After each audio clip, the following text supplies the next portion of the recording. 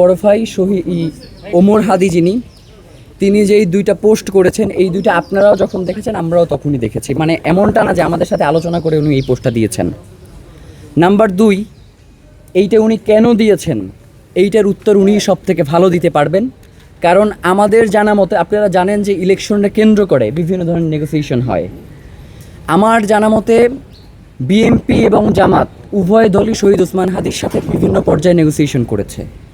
বিএনপির পক্ষ থেকেও ঢাকা 8 থেকে ইলেকশন না করবার ব্যাপারে, যে ঢাকা, কারণ আপনারা জানেন যে ঢাকা 8 অত্যন্ত গুরুত্বপূর্ণ একটা আসন এবং বাংলাদেশের যে রাজনৈতিক বিভিন্ন সমীক্ষা, সেখানে ঢাকা 8 অত্যন্ত গুরুত্বপূর্ণ। কারণ হচ্ছে রাজনীতির কেন্দ্রবিন্দু হচ্ছে এই ঢাকা 8, যার কারণে প্রত্যেকটা দলই চাইবে যে ঢাকা 8 তার হাতে থাকুক।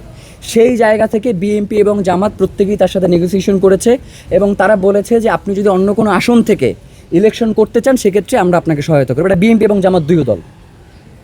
তো এর বাইরে আমার কাছে অন্য কোনো তথ্য নাই এবং ইনকিলাব মঞ্চের কাছেও এই ব্যাপারে আর কোনো তথ্য নাই। এই ব্যাপারে তারাই সুস্পষ্ট বক্তব্য দিতে পারবেন যে সে কেন এই কথাগুলো বলেছে।